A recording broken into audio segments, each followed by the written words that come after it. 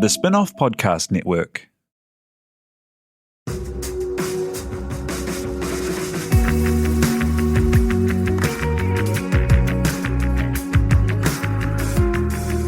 You're listening to Business is Boring, a podcast that reckons it's anything but. Business is Boring is brought to you by Spark Lab, offering inspiration and practical advice to help businesses find their edge. To hear more about Spark Lab, including details about the latest events, workshops, and business tools, visit sparklab.co.nz. And now, here's your host, Simon Pound.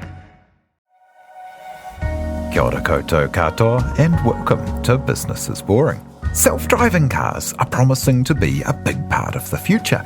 And while a lot of attention is paid to leaders in self-driving passenger vehicles, one US company with a Kiwi leader has got on with building out self-driving delivery vehicles that are on the road in US cities, delivering goods and working with some of the biggest retailers there today.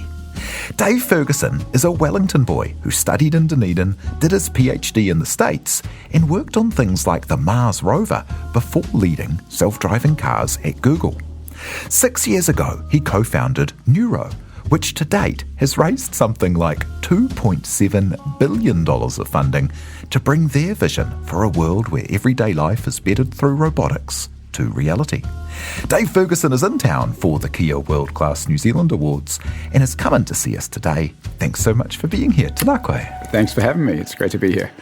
Hey, so tell me, what was it that got you interested in robotics in the first instance?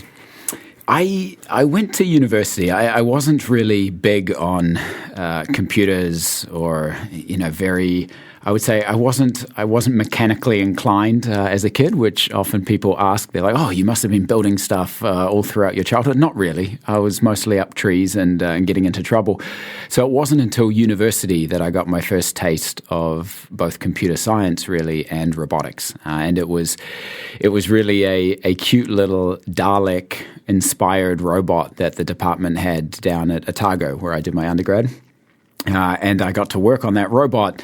And it was really through that project, and in particular, we were trying to get this robot to map indoor environments. And it was through working on that project that I got really, really excited about it. And I think largely the reason was we were able to teach this robot how to go off and do things completely on its own. And so effectively, once our work was done, it then traveled around and it did things by itself. It no longer had us holding its hand, so it made mistakes, it avoided mistakes, it did everything without us. And that opportunity to give another physical agent intelligence and then have it go and do stuff. Sometimes it didn't seem that intelligent, but regardless, having it be able to go do things on its own was really, really exciting to me. And that sort of kicked off my entire career, I'd say, in robotics.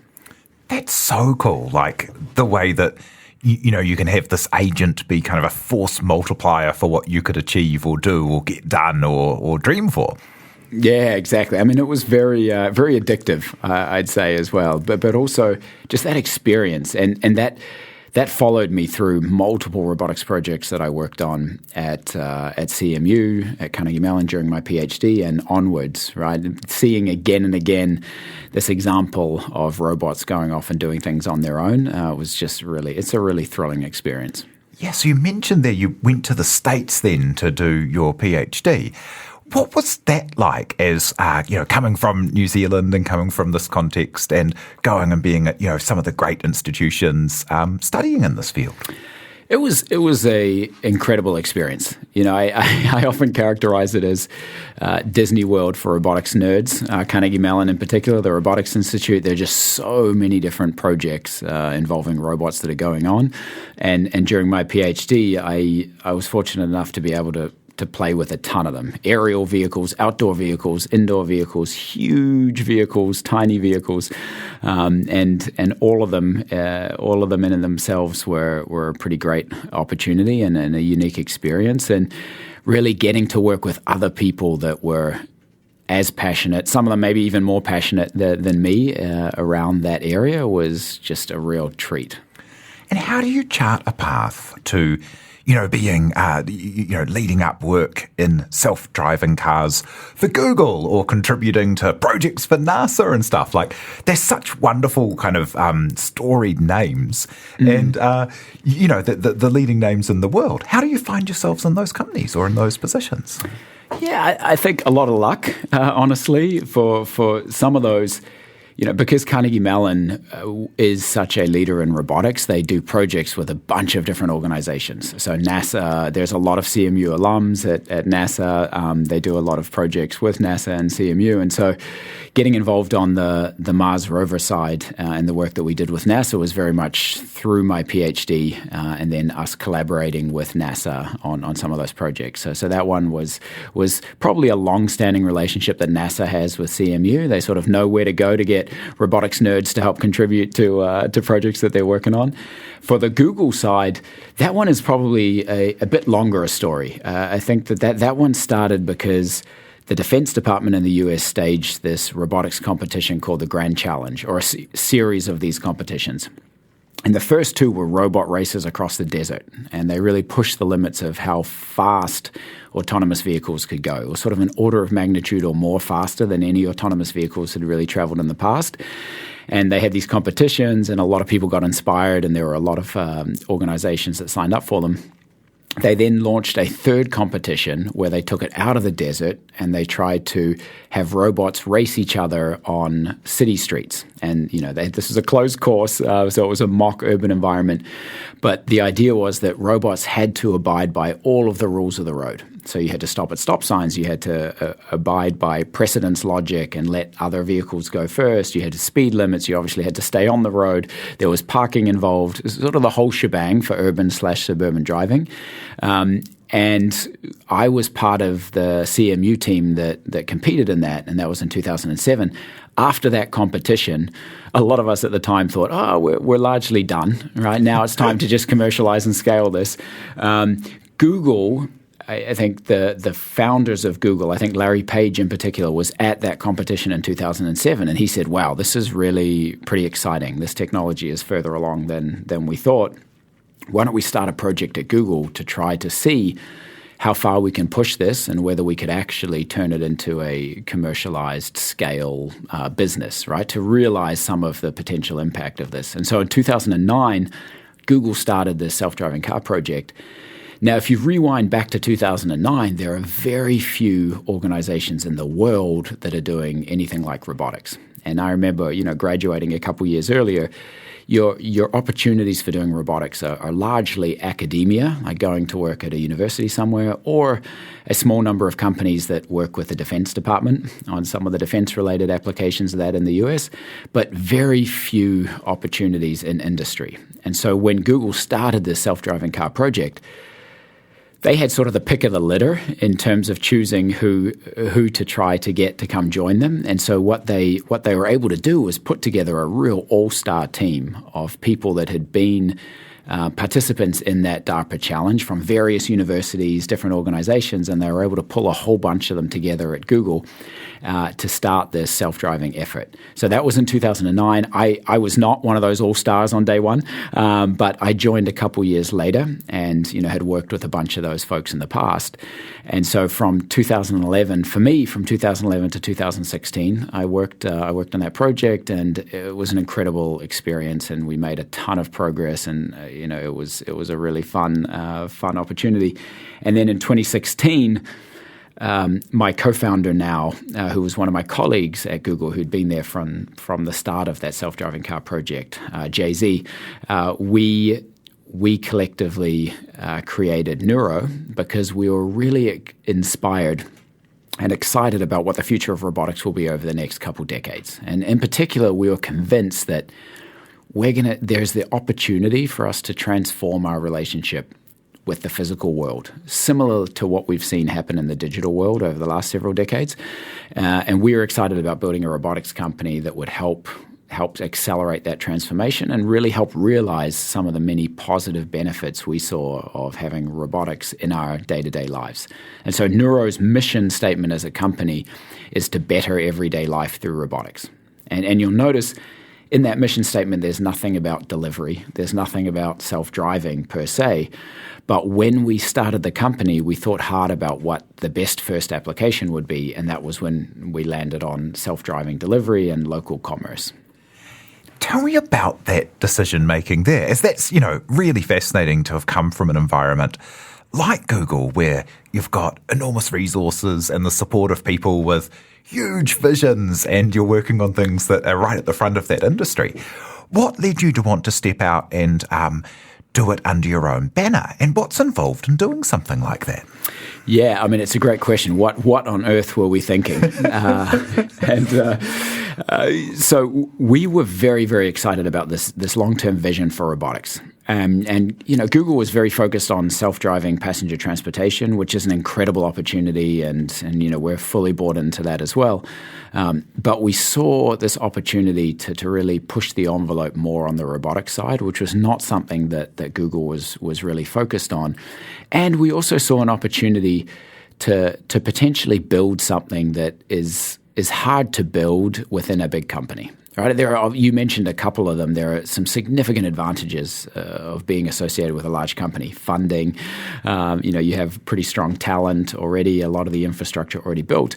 But there are also some challenges in working on particularly new, very innovative, disruptive technology within a big company. And so some of those advantages that you get from being a startup are your speed of decision making, speed of how quickly you can change what you're working on. So pivot to make sure that you're capturing the opportunities that you're after, and this focus, this sort of maniacal focus on what's really important, and in many cases an existential focus, because you know that if you get it wrong, you may not exist as a company, right? And I think that really helps. You can think of that as pressure, but it also really helps drive everyone to be aligned and marching in the same direction and really caring about what you're doing and how you're doing it. And I think at a big company, you sometimes lose that, right? You sort of know, hey, if we try this and it doesn't work, well, that's okay. We've got all these other things. Google,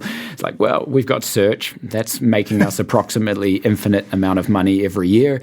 It's sort of okay if these other things don't work. Whereas at a startup, I think knowing that you're going to make or break the company based on whether you can figure these things out puts a level of clarity on the entire team and obviously importance on what you're doing. And everyone realizes that what they're doing is really, really critical. It's really critical to the success of the company. And that can be an amazingly positive attribute to have inside a company, right? It gets everyone together. It strengthens the collaboration between people on the team. It ensures that everyone recognizes that what they're doing matters. And so that focus is really a superpower of startups that is often hard to replicate in a big company. Some startups you can get going around a kitchen table or in your garage. But when you're dealing with self-driving vehicles of any kind, or hardware, or the intersection of hardware, software, cities and regulation and people and all of that, I imagine that's a lot bigger of an ask to get a company up and going. How do you go out and, what does it take to do the mission that you're on seriously from the beginning? Yes, it's interesting that you put it that way, because we did actually start in an Airbnb house. It was very much like the Silicon Valley HBO show. We were in a house, and we had the garage was our hardware lab, and we had cables sort of running through the house to the upstairs to plug into where our washing machine was, because that's where we got 240 volts to charge the electric car that was in the garage. We had folks working on product in one bedroom, sensors in one, software in another. And so it really was very bootstrapped and very small to begin with. I mean, I think we recognized that, look, in order to bring this product to life, we're going to have to do an enormous amount, exactly as you mentioned.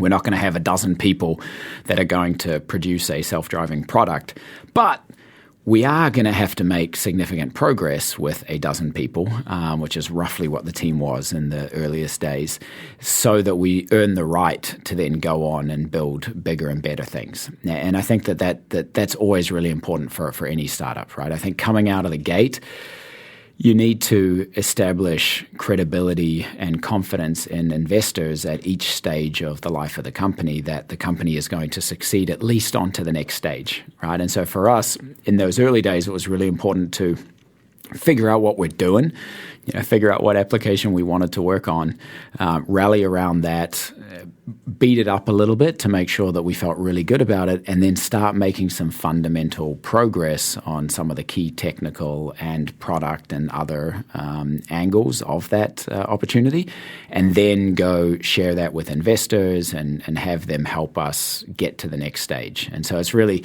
that march from one step to the next, and how can we both de-risk the company as much as possible in whatever remaining runway or time that we have based on the funding in our bank account, and how can we set ourselves up most effectively for raising the next round to enable us to continue that steady march. In that process of defining your idea, your part to bite off in that robotics to help people into the future, tell me what was exciting, or what really got you going about the idea of the opportunity in self-driving autonomous delivery vehicles. Is it such a cool kind of idea? Like self-driving cars, you kind of look at it and you go, oh yeah, nice in theory. I don't know if I want to be in the first couple of models. But delivery vehicles full of goods, you're like, oh, cool, go for it. Learn all you can. Yeah, so a couple things there. Maybe just touching upon the last one. I do think that we're getting to the point now in the US with a couple self-driving passenger vehicle companies where they're almost ready to have the public ride in them. And you sort of alluded to this point, Simon, where there is a challenge that you need to hit a certain bar where people are comfortable putting themselves in the car, or I like to use the example of putting your kids in the car. Like that's the point where you really trust the technology, where you're willing to put your kids in a self-driving car. I think we're not quite there yet, quite honestly. But from a delivery application perspective, it's a much lower bar in terms of your personal comfort, right? Because the comfort level that you need to have in the technology for your child to order something online and then have it delivered by a self-driving vehicle is obviously very different from the comfort level you need to put that child in the car and have it drive around. And so we do see that as a pretty significant difference from a public acceptance perspective, or at least an end consumer acceptance perspective. Now, the first part of that question you're asking, why were we excited about self-driving delivery vehicles? There are a number of things that excited us, and 6 years on still really excite me. When we considered this overall application, there were a couple angles that were really compelling. So first is the societal benefit. Right, so in the US, if we just focus on the US market for starters, there are 93 billion personal vehicle trips that are taken every year in the US for shopping and running errands. So almost 100 billion trips that are taken. And really, if you had a service that could do that shopping or run those errands for you instead of you needing to do it yourself, you could reduce or entirely eliminate those 93 billion trips. That's a massive, massive cost to people in terms of time, in terms of safety, in terms of effort. From a time perspective, it works out to something like roughly 150 hours per year. So almost half an hour a day per person in the US, right? So that's just an enormous waste. And if you think about that being time on top of everything else that you have at the end of your day, it's really the best possible leisure time. Getting that time back would be a tremendous improvement. If you then couple that with the fact that in the US, the most popular vehicle, I believe, is still the Ford F-150 pickup truck.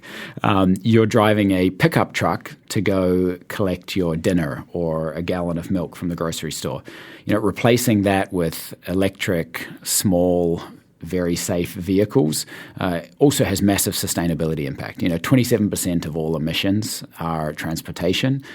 So really replacing that with an electric fleet and trying to optimize how we do that is going to have really significant contributions on sustainability and how we get the world to a better place long term. And then I think that beyond just the sort of societal, there's the market opportunity. Obviously, almost 100 billion trips. That's a massive, massive market. We estimate it between $500 billion and $1 trillion a year just in the US. These are big numbers.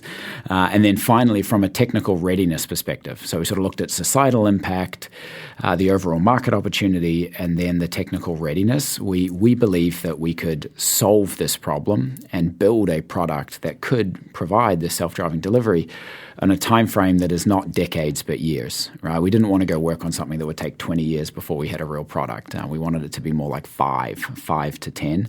And so we sort of combined those three, and it looked like a really, really great opportunity. But I will say beyond that is almost like today's opportunity. I think beyond that, what's really exciting about self-driving in general and self-driving delivery in particular is that I fundamentally believe it's going to change our model of consumption. So in the US in particular, if you think about how people shop for, say, groceries, we tend to overshop, right? So we have huge kitchens, we have huge pantries and fridges, and we go shopping once a week or once every 2 weeks, and we buy an incredible amount of stuff, and then we effectively stockpile it at home. And in the US, we have a massive problem around food waste. Something like 30% of all food is wasted, which, when you've heard that enough times, it sounds, 30%, it sounds normal. That's insane. Yeah. That's insane that almost a third of all of our food is wasted. And so if you had a service that you could rely on to bring you things when you need it and incredibly quickly, like on demand, then you could shift away from this model of effectively stockpiling stuff at home. You don't need a grocery store at home if you know that whenever you want something, you can have it. And so if we can get it to you sustainably and on demand, and we can now reduce how much stuff you're stockpiling, you no longer need to buy green bananas or have an entire grocery store stocked in your kitchen. And so that, we hope, can significantly reduce the amount of overall consumption that's going on, and certainly reduce the amount of waste that we're getting from food. And so this shift, in many ways, it makes the US look a little bit more like Europe, with smaller kitchens and smaller stuff, and people shopping more frequently and getting fresher food. But we think that there's a really positive transformation that we'll see in consumption. Another big problem that we have in the US, it's less so in New Zealand, but in the US it's a real problem. 20 million people live in what we classify as a food desert in the US. So basically 20 million people live in a location where they don't have access to fresh food because the closest grocery store is too far away. Right? They don't have a car, they don't have public transportation that can get them there. And so 20 million people don't have good, healthy food options today. And if we can provide a service, we or the industry in general can provide a service that can provide what we like to call free local teleportation to those areas, then all of a sudden we can potentially solve these problems and provide an opportunity for everyone in the country to have access to fresh, healthier food for them and their families. Yeah, it's amazing. And the scale and scope of it today, after all of the tailwinds of the pandemic and delivery and the increase in digital shopping, sounds very, of course it is. But 6 years ago, outside of, I guess, standing on a corner in Shanghai, a lot of the stuff was very far in the future. And yeah, and when you were saying be more like Europe, it's kind of like being more like China as well at the moment, where there's an enormous amount of delivery that's been made visible in a city because it's been put on scooters. And so you can see how it's all going. And it feels like you're part of kind of a termite mound of, humanity doing these cool things. But it's not safe or particularly greenish, I guess, and uses a lot of people. Yeah, exactly. And I do think China has been actually a pretty strong example from the market opportunity perspective, because you're right, it is very manual there. For the most part, it's been very manual there. But the amount of delivery that happens in China, because the cost of labor relative to the cost of goods is so low, the amount of delivery we see there is far, far higher. And so when we were in the very early days of Nuro, and we're talking to investors, and they're like, well, how big is the market compared to where we are today? We would often point to China and would say, look, if you need further reassurance of what a market looks like when the cost of delivery is relatively low, just look to China. It's totally exploded. It's orders of magnitude higher than what we see in the US. And so that has been a pretty useful example around sort of consumers' interest in general and having things delivered to them. Now, the challenge is that we need to figure out how to make that economically and environmentally sustainable. And that's where the self-driving fleets of electric vehicles comes in. And we'll be back in a moment with Dave Ferguson of Nuro to hear how they built their company.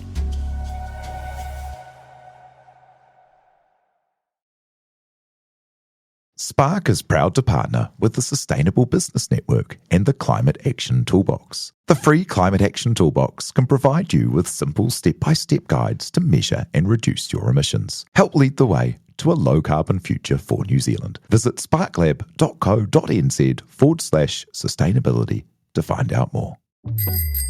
Ready to rediscover the joys of cycling? With over 300 kilometres of cycle paths across Tāmaki Makaurau, jumping on your bike and going for a ride is such a fun way to discover the city from a different perspective. Cycling is getting more and more popular across Auckland, so now's a great time to join the hype and give cycling a go. Head to at.govt/cycling to find your nearest cycleway today. Raising capital or taking your business to the world? Investment Fix has the lowdown on everything you need to make it happen. This season, we're exploring the US market, the opportunities it offers, what it takes to grow a business there, and the best way to approach investors. Join some of the superstars of the investment and business world as they share advice from their time in the US so you can make your mahi count in this massive market. The Investment Fix podcast, brought to you by Invest New Zealand. Tune in today. And we're back with Dave Ferguson of Nuro. So tell us, what stage is the company at today, kind of 6 years odd into your vision? What's happening in the real world? What's on the streets, and what are people interacting with now?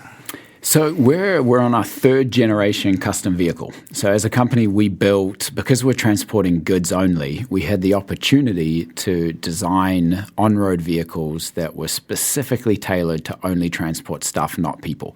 And that gave us a lot of flexibility around how big the vehicle is, what it looks like, what it has, what it doesn't have, as well as additional opportunity to add safety features, like we have external airbags on the front of our vehicles, which is quite uncommon. Cool. Yeah. As a cyclist, I love that idea. Exactly. And so we're on our third generation. The one that we're on now is going to be a mass manufacturable vehicle. So it will in many ways be the cavalry for us. We can and intend to build tens or hundreds of thousands of those vehicles and use them to scale the service. So that's one big area that we've spent a lot of time on, and we're currently validating that third generation. So that's on the hardware side. On the software side and the general autonomy development, we're in parallel building out the brains and the driver of those vehicles so that it can handle all of the range of scenarios that might be thrown at it for us to scale across multiple geographies within the US. And so far, 6 years in, we've had a number of milestones on the autonomy side. We've had both our first and our second generation vehicles operate fully autonomously on public roads, so full driverless operation. That obviously requires a lot of effort because you have to get to the point where you're comfortable that the vehicle is safe enough to be operating on roads entirely under its own control, so that if anything happens, it will be able to handle it. So that's a pretty massive milestone on the technical side. And then, alongside those two, we also have regulatory and then all of the other company building challenges around operations. We want to make sure that we're ready to actually scale our service. And we have partnerships and we have the right partners in place to be able to commercialize it. And so on the partnership side in particular, we've been operating a commercial delivery service with our longest-running partner, Kroger, is the world's largest grocer, for 4 years now. So for 4 years, we've been operating a commercial delivery service. The way we do that is that we use our self-driving Prius vehicles. So in addition to our custom vehicles, we have regular Prius vehicles that we've turned into self-driving vehicles. So they have the same sensing, the same compute, the same brains, effectively, as our custom vehicles. But because we can put people in them, we can do early testing with those because we have effectively the person as a backup. So we can put a safety driver in there. We can do early testing. We can also use them for doing delivery and for scaling our commercialized operations. And so we do that with a bunch of our partners. We then also incorporate our custom vehicles, of which we have fewer, but are very exciting, right? So we incorporate those into our delivery service as well. And all of these threads we're sort of moving in parallel so that when we have the large-scale vehicle numbers available, we're ready to then deploy them and scale them. And that will be happening over the next 1 to 2 years. What does that future look like, Dave? Like, is that like a dedicated lane? Because being, in amongst traffic and flow is kind of like the altitude training for self-driving. Hey, it's going to be better if you've got dedicated lanes that can just go hell for leather instead of having to worry about people crossing the road or something. Like, do you see our infrastructure of cities looking differently? Do we have Nuro lanes that go to the Nuro box in every apartment building? What does it look like? We've taken the approach, and I think largely the field has converged on this, that infrastructure changes are very challenging, right? If you're waiting on infrastructure changing to be able to deploy a service, you might be waiting a very long time. And so we're designing the technology to handle all of the challenges of normal driving. So similar to when you jump in your car and are driving on the roads, we want our system to be able to handle everything that you could so that there aren't any additional requirements on infrastructure. Now, if such lanes existed, that would be fantastic. It certainly makes the problem much, much easier having a dedicated lane. It could provide additional opportunities around efficiency and speed and whatnot. But I think it's a lot to ask of local municipalities, whether in New Zealand or the US or frankly anywhere, for them to completely change the way that they've designed cities and suburbs and where people live to optimize for self-driving vehicles. And so I think longer term, let's optimize the vehicles for the built environment as opposed to vice versa. And as long as we can solve that technical challenge, that feels like the right way to go. A lot of real estate sitting in car parks. There's a lot of road that's not really utilised. It's remarkable what you can do, perhaps. Well, I do think, and this is another one of those longer-term, really interesting opportunities that self-driving cars present, right? If we can get to a world where there's no real benefit in you owning a vehicle, then obviously we can reduce the number of vehicles, we can better optimize our use of resources. But beyond that, there are also additional potential benefits, right? If you no longer need to own a vehicle to live your life, then you probably no longer need a garage or a driveway, and you maybe no longer need a road outside your house. And now all of a sudden, if you think about real estate, as you mentioned, and all of the land and the use case or how we're using land across the world, but particularly in cities, you can do a whole lot more. And suddenly you could imagine that every other block is just pedestrian only, and there are no longer driveways, and there are no longer garages, which also take an enormous amount of space. And suddenly you start to get neighborhoods and even city centers that look quite different from how they do today, and quite a lot better, frankly, if we're able to get there. That is a really exciting kind of future. How far away are we from, with your experience in the space, that kind of self-driving world? As, there's lots of people who maybe make businesses out of promising it's just around the corner, but it doesn't quite materialize. But we're in this amazing state at the moment where it's at once absolutely miraculous what is being done at the moment on any kind of reasonable level. But people are saying, but that's not really self-driving autonomous vehicles. I think we've seen, and I mentioned 2007, 15 years ago, we thought, we're largely there. It's now time to commercialize. And, today I'll tell you again, we're largely there. I think we're almost ready to commercialize. So you should take it with a grain of salt. But we have seen some pretty tremendous milestones over the last few years. And I think in particular, this milestone of having vehicles operating on public roads, even if it is in a relatively small area, like one city or one neighborhood or a few neighborhoods, that's still a huge hurdle that has been overcome. Because when a company is at that point, it's effectively saying we're confident in the safety and performance of this system for it to be out there in the world and to experience anything that the world could throw at it, albeit in this specific area. And so that is in many ways sort of a 0 to 1 moment. And so I do think that's a pretty big deal. Yes, we're not yet at the point where it's operating in New York City or across the entire US or in Auckland or, across all of New Zealand. But I do think the jump from where we are today in operating in some areas, like there are some vehicles in San Francisco that are operating already, the leap from that to broader scale, I think, is actually a much smaller leap than from in the lab to the first time we have driverless vehicles out on the roads. So, that might be an unsatisfying answer, but I do think 10 years from now, I'd be very surprised if we don't have widespread adoption of self-driving vehicles in a huge number of regions, if not the vast majority of areas in sort of the Western world. And this is something that you've really built out the infrastructure for by being one of the leaders, one of the most capitalized companies and able to do this. What does it take to raise capital on levels like that, as, billions of dollars? Like, they're numbers that are almost hard to kind of comprehend. And what does that mean for you as a founder and a person who's making billions of promises? Yeah, I mean, the numbers do seem crazy large, right? When I talk to people and they're like, wow, you've raised how much? I think it has to sort of be followed up with, and we've spent how much as well. It is a very capital-intensive undertaking to do something like this. And we've been very fortunate to have very strong financial support. I think the reason why we have that is that the opportunity is just so large. I mentioned earlier, it's sort of a $500 billion to $1 trillion a year opportunity just in the US. If we can get this right, or when we get this right, it's going to be a tremendously large market. And so from an investor perspective, they look at it and they say, well, do we believe that this team has the potential to be able to realize this opportunity and to deliver on this? And if so, we're willing to put a bet on that company. Now, they're making a lot of bets across a lot of different industries. Typically, a lot of the investors we have are incredibly strong investors that have diversified portfolios.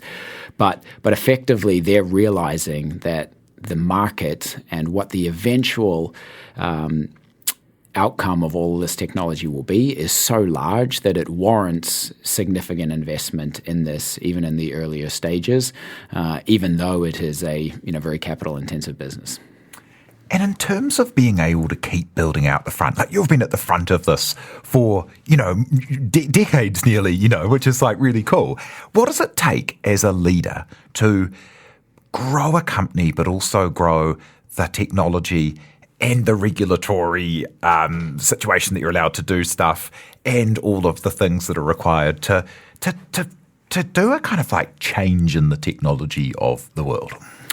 I think the biggest thing for us is really focusing on the team. As you sort of nailed it, there are so many things that we have to get right. And Jay-Z, my co-founder, and I, we're very much software background. So when we started the company, we're like, well, we feel reasonably confident we can build a strong software team. Okay, what about the rest?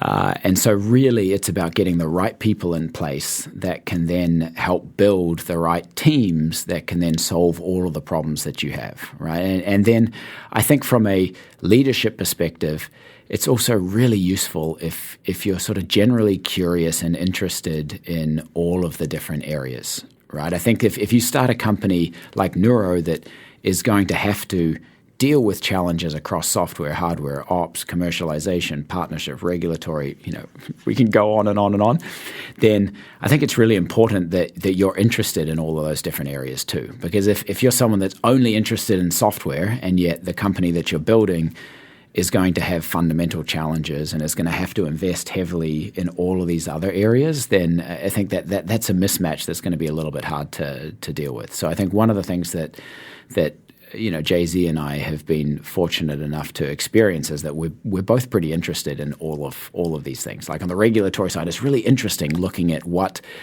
the motor vehicle code says in terms of the requirements on a vehicle, and then looking at that from the perspective of self-driving, because it's obviously was not written accounting for self-driving vehicles. And so you're looking at things like seatbelts and side mirrors and steering wheels that make an enormous amount of sense when you have someone sitting in the car, but make very little sense when you don't.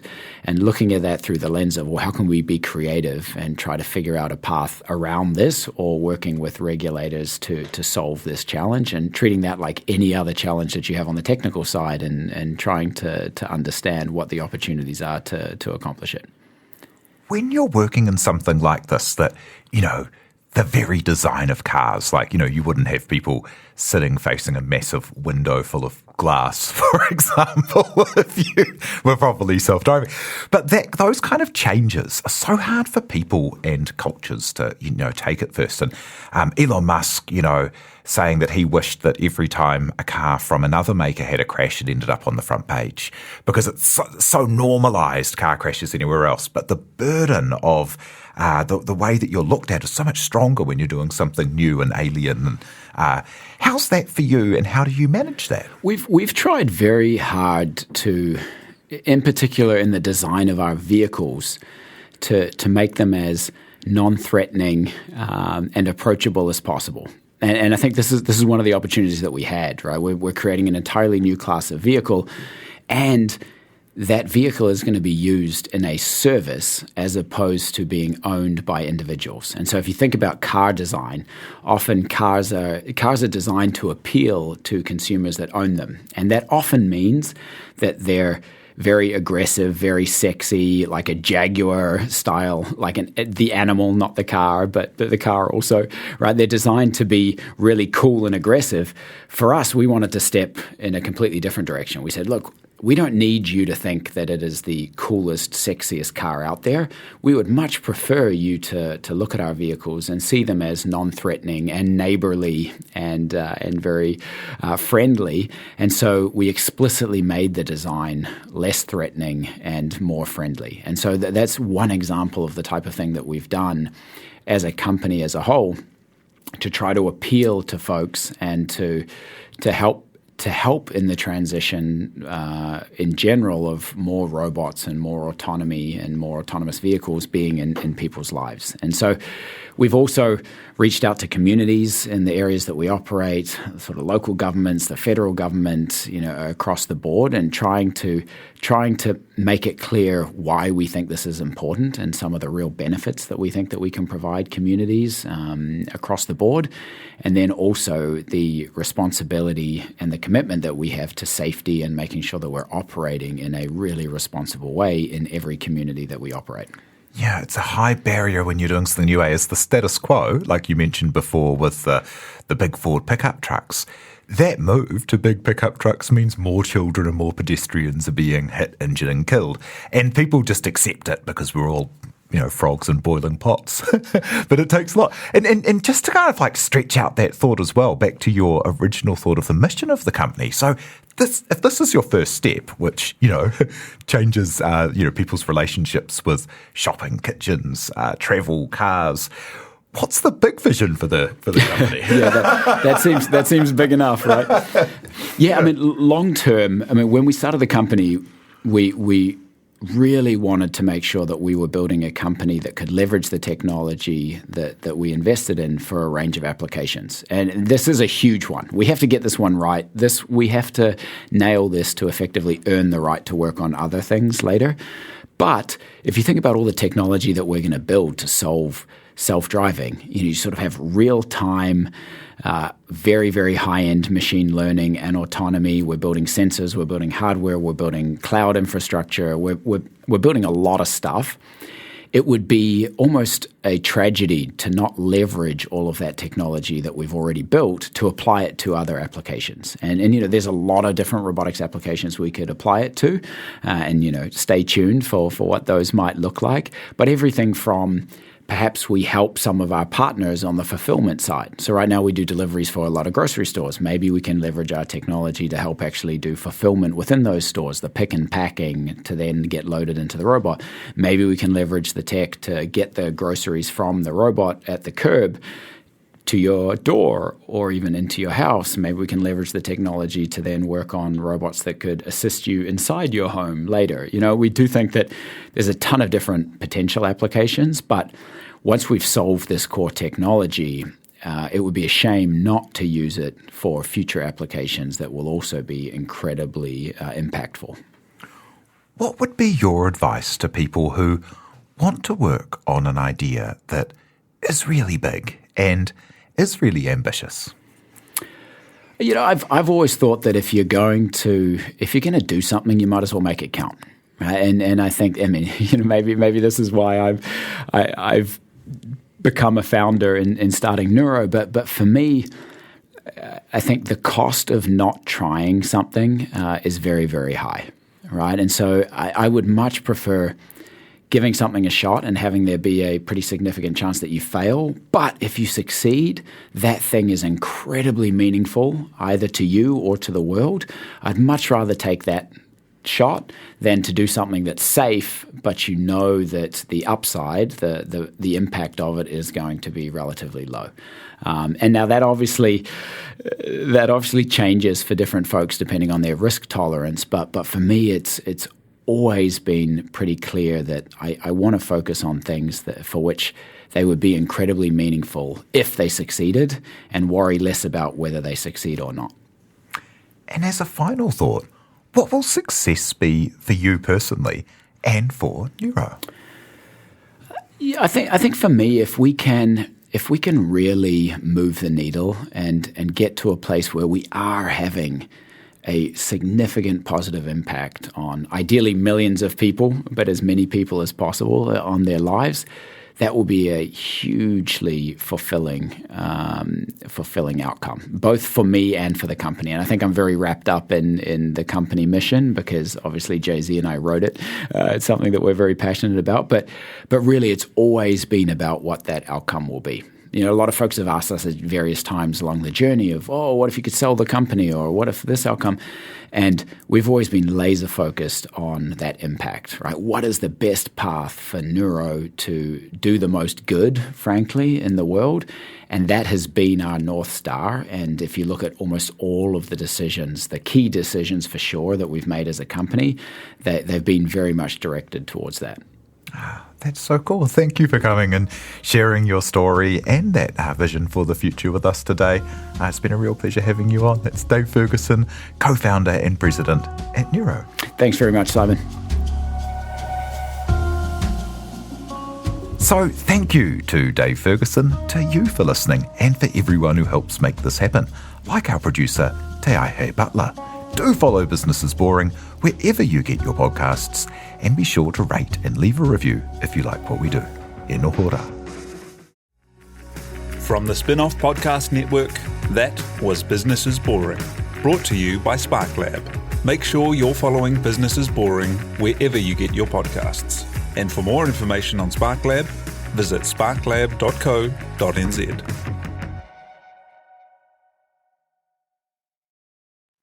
Kia ora e te iwi, Te Aihe Butler here, podcast manager at The Spin-Off. If you enjoy listening to our podcasts, consider supporting our mahi by signing up to become a Spin-Off member at thespinoff.co.nz/donate. The Spin-Off Podcast Network.